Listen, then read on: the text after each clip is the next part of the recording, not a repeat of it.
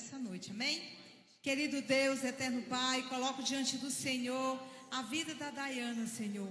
Pai, a mensagem que o Senhor colocou no coração dela, que ela possa transmitir, Senhor, para a tua igreja nessa noite.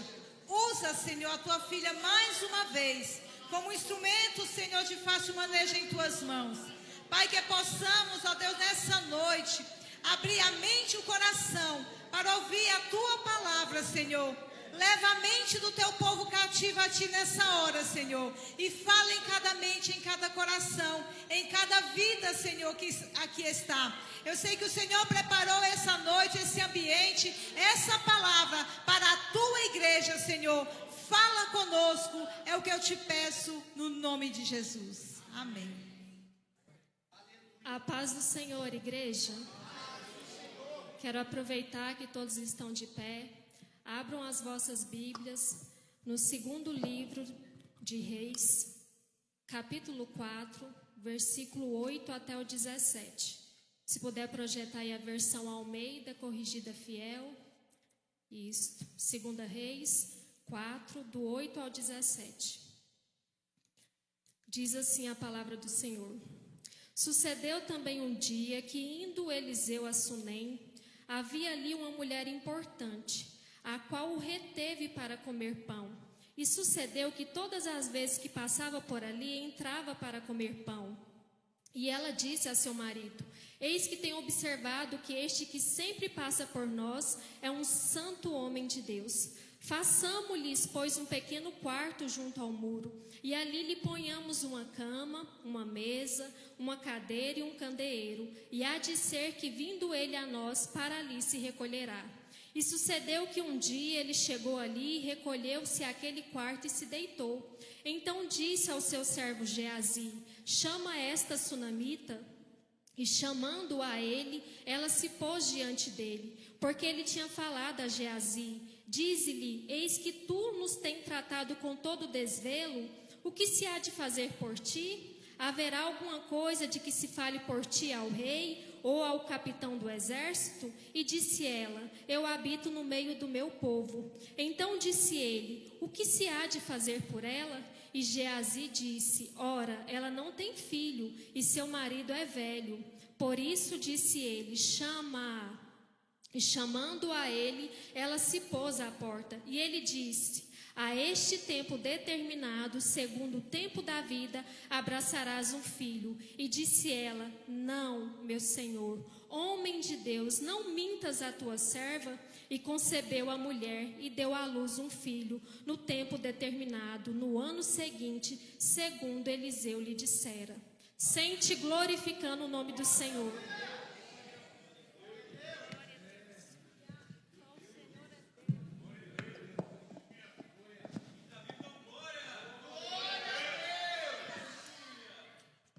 Irmãos, eu quero começar esta mensagem agradecendo a Deus. A Ele seja a honra, a glória e todo o louvor. Esse culto aqui é para o Senhor. Você veio para adorar o único que é digno de toda a glória e de toda a honra. Servir ao Senhor é um privilégio. Falar a palavra do Senhor é um privilégio. Quero agradecer também aos meus amados pastores, pastor Eliezer de Jesus, pastora Patrícia de Jesus, por esta oportunidade, por esta confiança de estar assumindo aqui o púlpito esta noite. Para mim é um motivo de muita alegria, de honra. Agradecer também a todos os irmãos que se faz presente. Irmãos, hoje nós vamos meditar na história de uma personagem que vai nos ensinar profundas lições. Que lições são essas? Lições de fé, lições de discernimento e lições de perseverança. Então hoje o Espírito Santo quer nos ensinar através da vida da mulher sunamita, que mesmo em meio à dor, a fé move o coração de Deus. Que mesmo em meio à dor, a fé abre o caminho para o milagre. Você crê? Então, irmãos, essa passagem vai nos contar a história de uma mulher. O nome dessa mulher não é revelado na Bíblia. Fala-se apenas da sua origem. Essa mulher era de Sunem. Inclusive, Sunem no hebraico significa lugar de repouso. Então essa mulher, ela é um grande exemplo de hospitalidade, de fé e de recompensa divina. Então, por conta da sua origem, daí o seu nome, mulher sunamita, porque ela era de Sunem. Então, o texto vai nos revelar que essa mulher era uma mulher muito rica, uma mulher que tinha muitos bens, uma mulher com muitas propriedades. Só que tem uma atitude nessa mulher que vai se destacar. Qual atitude é essa? Qual virtude é essa? Essa mulher, ela era acolhedora. Essa mulher, então, ela vai convidar o profeta Eliseu que ele vá até a sua casa comer do pão. E esse convite vai acontecer por algumas vezes. Então essa mulher passa a ter um relacionamento com o profeta. Não só ela, mas toda a sua casa. Ela e o seu esposo passam a ter um relacionamento de amizade com o profeta. Ao ponto dessa mulher chegar até o seu marido e falar: meu bem, estou aqui parafraseando, eu vejo que este homem que sempre passa por nós é um santo homem de Deus. Façamo-lhes. Ou seja, essa mulher, a iniciativa foi dela. Porém, essa mulher nos mostra que ela era uma mulher submissa, uma mulher sábia, porque apesar da iniciativa ter partido dela, ela inclui o seu marido na tomada de decisão. Ou seja, ela queria a bênção do seu marido, bênção da qual viria não só sobre ela, mas sobre a sua casa. A bênção viria sobre também o seu esposo. Esse homem, ele passa a se tornar parte da bênção. Então essa mulher, ela foi muito sábia. E eu quero até abrir aqui um parêntese, porque nós precisamos aprender com essa mulher, nós mulheres. Nós precisamos ter esse cuidado de sempre consultar o nosso esposo, mesmo quando a iniciativa partir de nós, nós precisamos ter esse cuidado, esse zelo de incluir o nosso cônjuge na tomada de decisão. Porque dependendo daquilo que for decidido, a bênção vai vir sobre a casa, a bênção vai vir sobre o casal. Então que nós possamos nos espelhar na vida dessa mulher. Então essa mulher vai revelar sabedoria e equilíbrio no relacionamento conjugal. E ao observar o relacionamento que essa mulher tinha com o profeta, ao ponto dela preparar um quarto, eu vejo a própria figura de Deus. Porque Deus, meus irmãos, Ele não quer apenas visitar nós de forma esporádica. De forma ali onde você vai cultuar a Deus apenas no culto de domingo. Onde você vai ler a palavra, às vezes, somente aqui no culto da quarta-feira. Não é isso que Deus espera de nós. Deus, Ele deseja fazer morada em nós. Deus, Ele deseja ter um relacionamento íntimo conosco. Deus, Ele deseja ter um relacionamento duradouro conosco. Então essa mulher, ela não estava satisfeita apenas com visitas esporádicas. Ela prepara um lugar especial. Ela prepara um quarto. E nesse quarto Deus vai se revelar. É no quarto que Deus se revela. É no secreto que Deus se revela. E eu quero até deixar uma pergunta aqui para você. Será que nós hoje temos reservado este quarto especial para Deus na nossa vida? Que você possa refletir nessa pergunta, porque Ele deseja habitar conosco. Ele não deseja apenas passar ocasionalmente, não. Ele quer fazer morada em nós. Então, essa mulher, ela vai identificar no profeta uma grande virtude. E qual virtude era essa? Que ele era um santo homem de Deus. Além dessa mulher ser acolhedora, essa mulher era observadora. Porque para alguém dar essa virtude para alguém que é um santo homem de Deus, ela observava a conduta do profeta. Ela observava como ele se comportava perante a sociedade. Ela observava como ele se comportava diante dos irmãos. Então essa mulher, ela observou essa grande virtude do profeta, que ele era um santo homem de Deus, ou seja, ele era um homem que vivia de acordo com a palavra, que praticava a palavra, que praticava o ensino da palavra. E isso vai nos mostrar sobre a importância de nós termos um olhar atento sobre as pessoas que Deus coloca no nosso caminho. Porque nem todo aquele que Ele colocar no nosso caminho vai ser digno da nossa confiança. Mas quando a gente observar que essa pessoa que está no nosso caminho tem esse caráter irrepreensível, que tem essa vida consagrada a Deus, essa pessoa vai ser digna da nossa confiança. Até porque essa pessoa talvez ela seja usada como instrumento do Senhor para que nós alcancemos a nossa bênção. Porque é isso que o profeta vai ser. Ele vai ser um instrumento nas mãos do Senhor para que aquela mulher alcance a sua vitória. E até há uma comparação entre o profeta e o homem santo de Deus, porque há uma diferença entre essas duas vertentes. Tem como projetar aí o slide? Eu até fiz um quadro aí de comparação, com um resumo, para você entender qual que é a diferença entre ser profeta e ser um santo homem de Deus. Dá para ler? Dá? Ainda. Consegue projetar aqui na frente? Então, irmãos, é o seguinte: a definição de profeta, o profeta é aquela pessoa que é chamada por Deus para ser o seu porta-voz. E o homem santo de Deus é aquela pessoa que vai viver em comunhão e santidade diante de Deus, com um caráter irrepreensível e uma vida consagrada.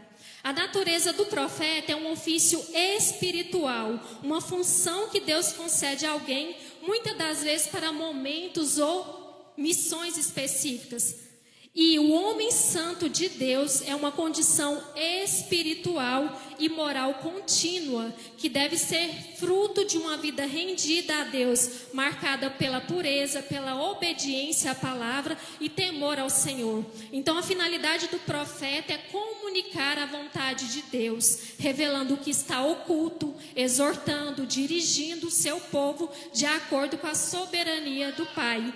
E o homem santo de Deus, a finalidade dele é manifestar o seu caráter, o caráter de Deus através da sua vida, sendo um exemplo de fé, de pureza, de humildade, de amor. Então, a origem do profeta ele vai receber um dom de Deus, um chamado direto do Senhor. Não depende do mérito humano. Depende exclusivamente do Senhor. Agora, o homem santo de Deus resulta de uma decisão diária.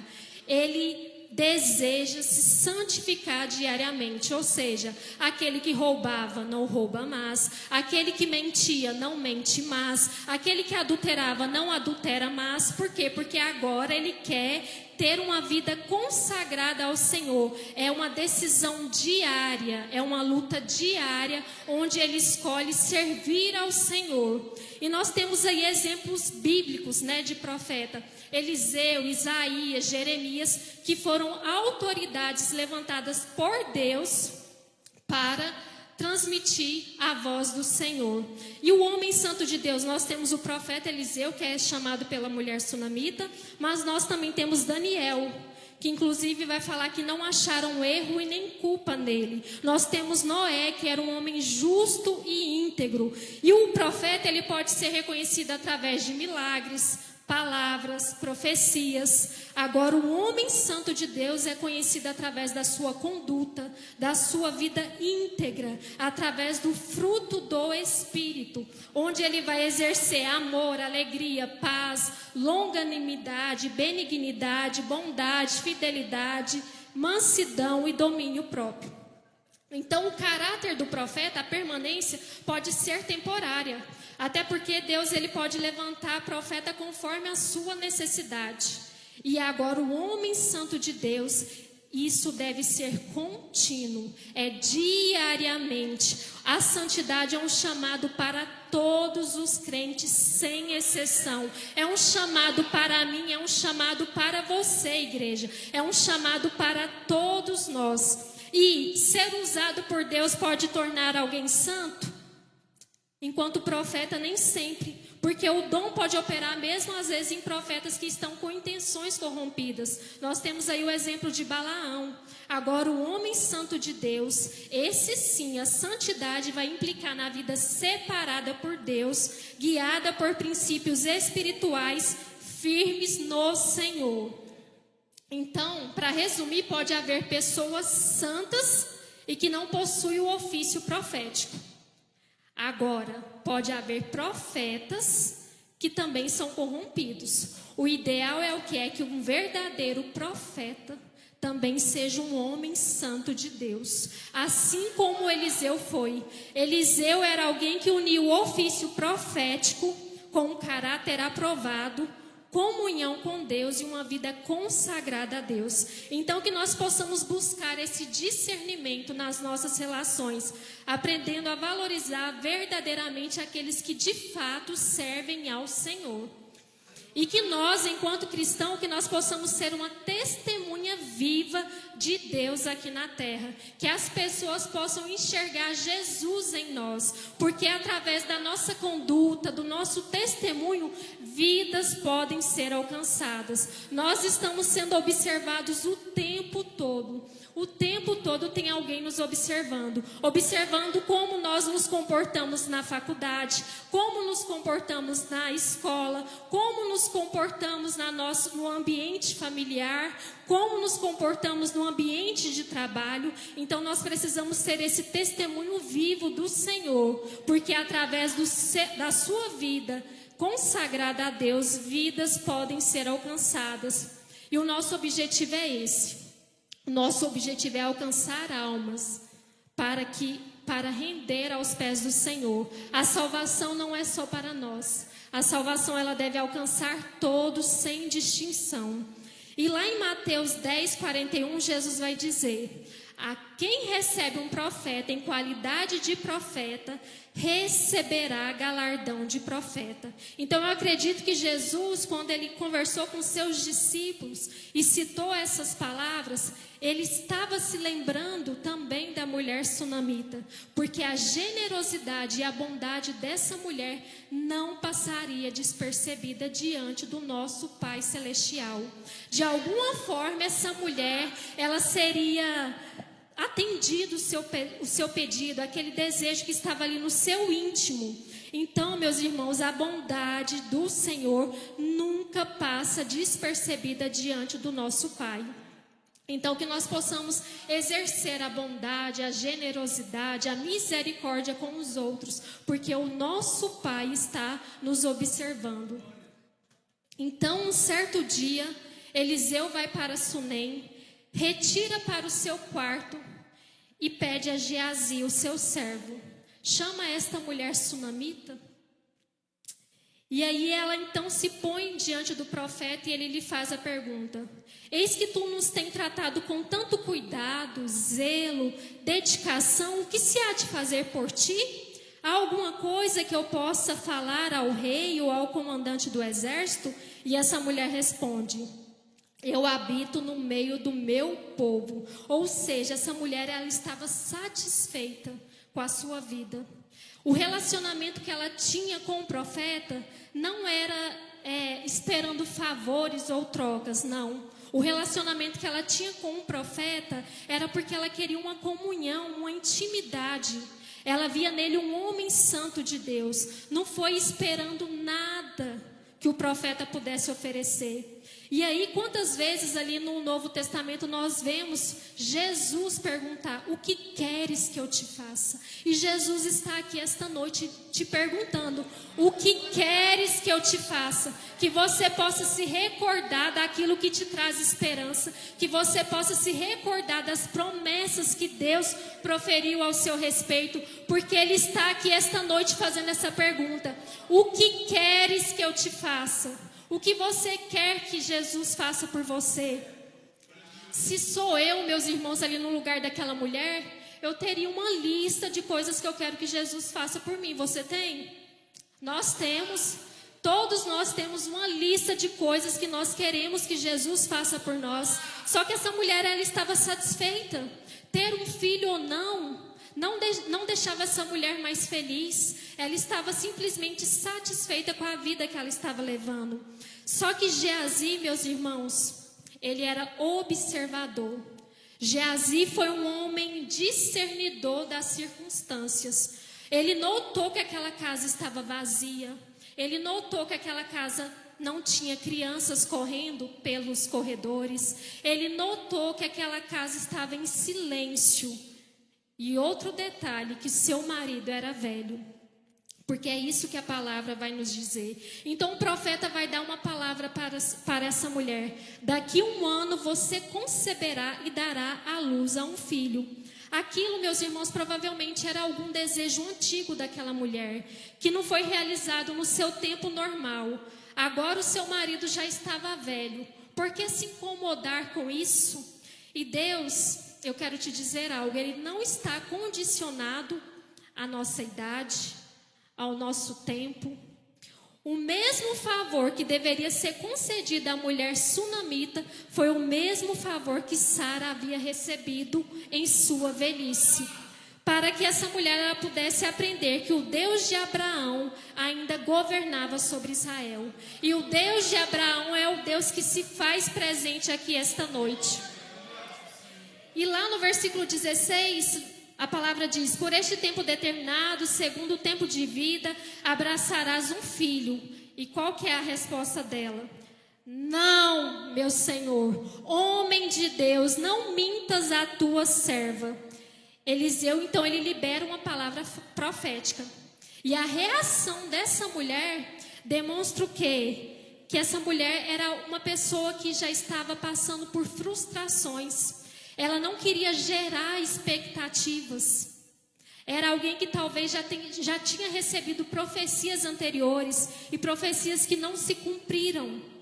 Mas o homem de Deus que profetizou para aquela mulher era um homem do Senhor, usado por Deus. E aquele milagre foi concedido para a vida daquela mulher. E quando ela diz, não mintas a tua serva, ela não está acusando Eliseu de mentir. É por conta disso mesmo, é porque ela não queria gerar no seu coração expectativas. Ela estava frustrada diante de tantos acontecimentos ali que porventura profetizaram para ela e não se concretizou. Só que a promessa feita pelo profeta confrontou a dor do seu passado. E às vezes, muitas das vezes, a promessa de Deus nos assustam mais do que nos alegram. Porque geralmente vai tocar em áreas que já sofremos. E a dúvida dessa mulher, o que é mais bonito é isso. Não invalida a integridade de Eliseu como homem de Deus. Na verdade, Eliseu era um profeta e um verdadeiro e fiel profeta. O que ele falou aconteceu exatamente. Pode um homem de Deus mentir? Não, meus irmãos. Por quê? Porque o diabo, ele é o pai da mentira. Deus, ele abomina a mentira. E nós, enquanto cristãos, nós temos pecados, nós somos limitados. Mas isso não condiciona para que nós possamos mentir. Isso Deus abomina. Então, um homem de Deus, ainda que peque, não pode justificar diante do seu pecado. Ele não tem essa licença para mentir. Então, portanto, não é aceitável que um homem de Deus ou uma mulher de Deus minta. E Eliseu não mentiu, ele profetizou. E segundo o que ele profetizou, se cumpriu. E detalhe, apesar da incredulidade dessa mulher, apesar da sua negação, apesar da sua hesitação ali no primeiro momento, Deus, ele não deixou de agir. Então essa mulher concebe e dá à luz no tempo determinado, segundo o tempo de vida. E Deus, para que Ele cumpra a sua promessa para nós, não depende da força da nossa fé, mas depende exclusivamente do seu caráter, que é imutável. O caráter de Deus é imutável. Ele continua sendo fiel mesmo quando nós somos fracos. Ele continua sendo fiel mesmo quando estamos temendo. Deus, ele continua sendo fiel. Então, o propósito divino, ele não pode ser frustrado por nossas dúvidas momentâneas. O milagre, então, veio no tempo de Deus. E a Bíblia vai destacar no tempo determinado. Ou seja, a espera não foi longa, mas também não foi imediata. Havia um certo tempo e Deus, ele trabalha de acordo com o calendário dele. Não é de acordo com o meu tempo, não é de acordo com o seu tempo. Deus, ele tem um calendário e ele trabalha em cima desse calendário. Não adianta, às vezes, nós queremos apressar que Deus faça determinada coisa, porque talvez não esteja no tempo de Deus. Talvez não, é porque não está no tempo de Deus. E ele não se ofende com a nossa fraqueza, mas Deus, ele nos surpreende com a sua fidelidade. Ele não desiste de realizar as suas promessas. Então, um certo dia, a partir do versículo 18, coloca aí para nós. E crescendo o filho, sucedeu que um dia saiu para ter com seu pai, que estava com os segadores, e disse a seu pai: ai, a minha cabeça, ai, a minha cabeça. Então disse ao moço: leva-o à sua mãe. E ele o tomou e o levou à sua mãe, e esteve sobre os seus joelhos até o meio-dia, e morreu. Glória a Deus.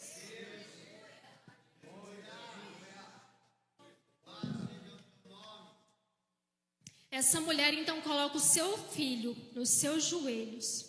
A sua promessa estava debaixo dos seus joelhos. Essa promessa que ela não pediu, mas que o homem santo de Deus profetizou.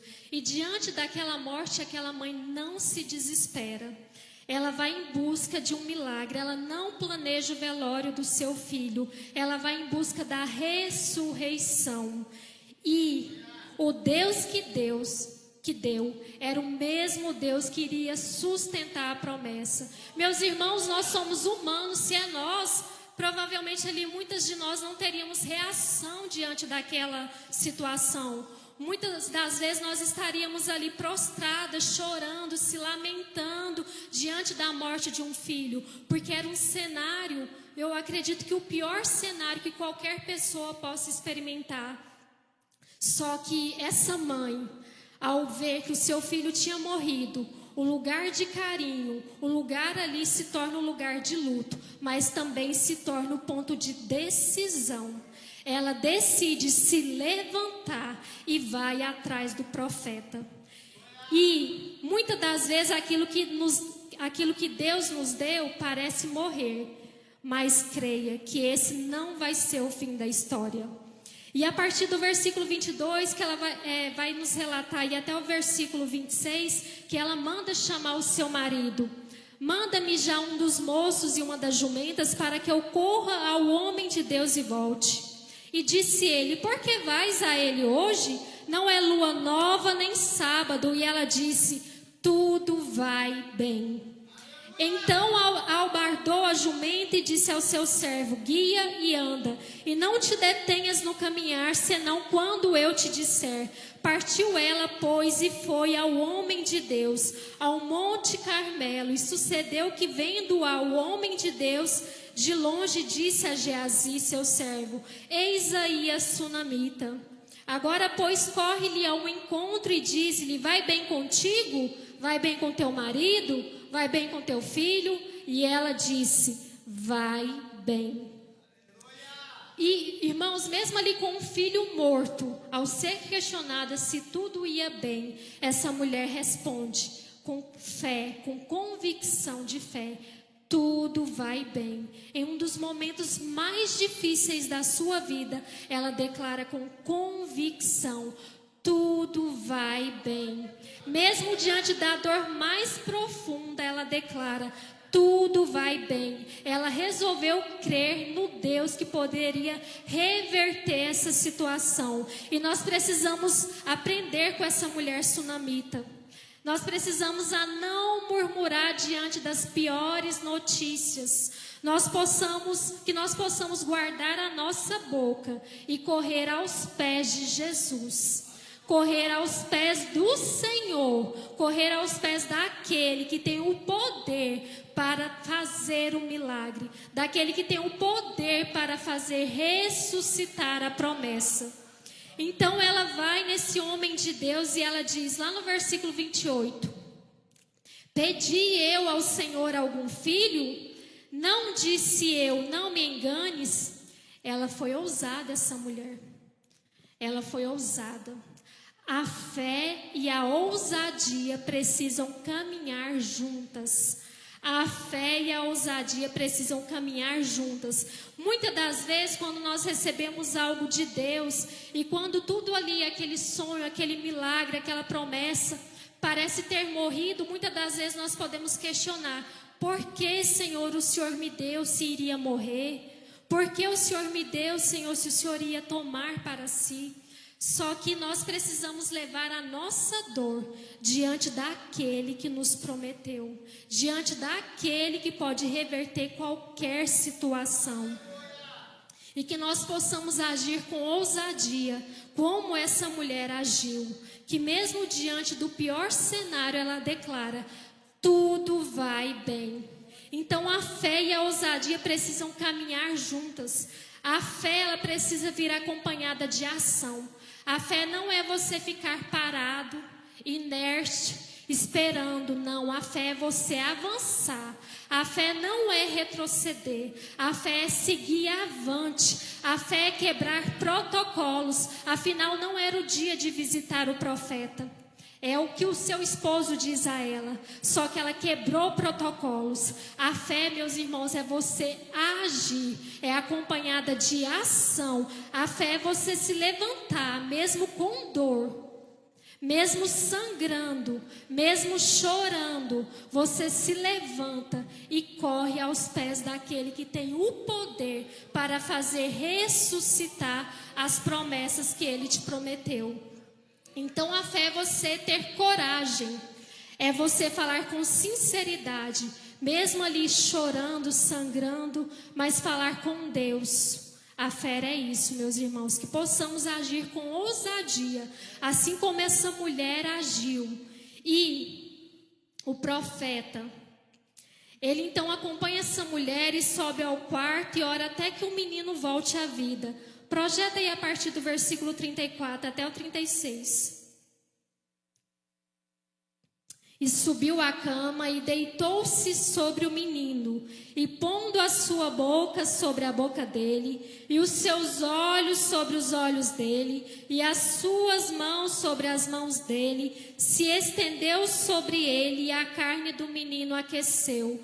Depois desceu e andou naquela casa, de uma parte para outra, e tornou a subir, e se estendeu sobre ele. Então o menino espirrou 7 vezes, e abriu os olhos. Então chamou a Geazi e disse: chama esta sunamita. E chamou-a, e veio a ele, e disse ele: toma o teu filho. Essa atitude de Eliseu, meus irmãos, é rica em simbolismo espiritual. Ele não apenas ora, esse profeta, mas ele se envolve. Ao deitar sobre o menino boca com boca, Deus soprou o fôlego de vida. Olhos com os olhos, Deus, ele restaurou a visão. Mão com mão, Deus, ele tocou, ele transmitiu força para aquele menino. Eliseu então vai demonstrar integração, identificação e entrega total diante daquela morte. Eliseu então, ele atende a necessidade profunda daquela mãe que estava ali sem o seu filho. Deus sopra o fôlego de vida naquela promessa que parecia estar morta. E aquela mãe então recebe de volta aquilo que parecia estar perdido. E o menino espirrou 7 vezes. O número 7 fala da plenitude, da perfeição. tudo que Deus faz é por completo. Nada do que Deus faz é de forma parcial. Não, Deus, ele age na sua totalidade. Ele agiu com perfeição para que aquele menino voltasse a ter vida. E Deus, ele deseja, meus irmãos, fazer um milagre completo na sua vida aqui hoje. Eu quero convidar você a se colocar de pé diante dessa mensagem. Talvez você, como aquela mãe, tenha alguma promessa aí que parece estar morta. Promessa que talvez esteja adormecida. Promessa que talvez tenha sido até sepultada. Eu quero te dizer que o mesmo Deus que estava ali naquele quarto, ele está aqui esta noite. E Deus, ele quer deitar sobre a tua promessa. Deus, ele quer deitar sobre a sua promessa. É boca com boca, ele sopra. Olho com olho, ele vê. Mão com mão, ele toca. Deus está aqui esta noite, meus irmãos, soprando, vendo e tocando sobre a sua promessa. Eu não sei qual que é a promessa que talvez você esteja aguardando aí do Senhor. Qual que é a sua promessa? Talvez é a cura de alguma doença, talvez é a libertação, a salvação, a conversão do seu filho, a conversão do seu cônjuge, talvez seja uma porta de emprego que você deseja, que Deus deseja abrir, talvez seja, meus irmãos, eu não sei o que é, eu não sei, mas Deus conhece, e você também, que você possa trazer, talvez seja também a esterilidade, assim como aquela mulher sunamita. Eu não sei, meus irmãos, mas o mesmo Deus que estava ali, naquele quarto, ele hoje deseja deitar sobre a sua promessa. E eu quero te dizer que Deus, ele toca, ele vê e ele sopra. Ele sopra, ele vê e ele toca. E essa promessa vai ser ressuscitada no nome de Jesus. Você que deseja receber uma oração, entregar essa promessa aqui diante deste altar, meu irmão, eu convido você a vir aqui esta noite, a se ajoelhar aqui neste altar, entregar essa promessa, porque Deus, ele irá ressuscitar a tua promessa, ele irá ressuscitar os teus sonhos, ele irá, meus irmãos, atender aquele desejo íntimo do seu coração, que nós possamos fechar os nossos olhos e orar ao Senhor aqui nesta noite, crendo que o Deus do impossível, o Deus que ressuscita promessas, ele está aqui, ele toca, ele vê e ele sopra. Deus, ele toca, ele vê e ele sopra. Senhor Jesus, nós estamos aqui, ó Pai, diante de Ti, Espírito Santo. Nós queremos, ó Pai, entregar aqui, ó Pai, neste altar, ó Pai, as nossas promessas, ó Pai, porque nós cremos, ó Pai, que o Senhor é capaz de ressuscitar estas promessas, o Senhor é capaz de tocar nessas promessas, o Senhor é capaz de restaurar a visão, de soprar o fôlego de vida, o Senhor é o único que é capaz, ó Pai, de atender o desejo mais íntimo do nosso coração. Deita, Senhor, esta noite sobre as nossas promessas, que o Senhor possa trazer à nossa mente, ó Pai, aquilo que nos traz esperança, ó Pai. Eu não sei, ó Pai, talvez seja o ministério, talvez seja no âmbito familiar, de trabalho, financeiro, eu não sei, mas está em Tuas mãos, ó Pai. Nós entregamos a Ti, nós vamos, ó Pai, diante do Deus, aquele que é capaz de ressuscitar a promessa, aquele Deus que é capaz de tocar nas promessas, de ver as promessas, de restaurar as promessas, ó Pai. Nós declaramos, ó Pai, que nós estamos aqui crendo, ó Pai, crendo mesmo, ó Pai, que a nossa incredulidade, ó Pai, talvez nós possamos duvidar, ó Pai, mas graças a Deus que nada disso depende, ó Pai, para que o Senhor possa cumprir as Tuas promessas, porque o Seu caráter é imutável, o Senhor é o mesmo ontem, hoje, será eternamente. O Senhor é o Deus que deu a promessa e o Senhor é o Deus que irá sustentar a promessa, Jesus. Nós entregamos, ó Pai, diante de Ti neste momento, ó Pai. E assim como aquela mulher sunamita alcançou o seu milagre, nós cremos, ó Pai, nesta noite, que nós também iremos alcançar esse milagre em nossa vida, ó Pai. É o que eu te peço, ó Pai, no nome poderoso de Jesus. Amém, Deus, glória a Deus. Eu agradeço a oportunidade em nome de Jesus. Amém, glória a Deus.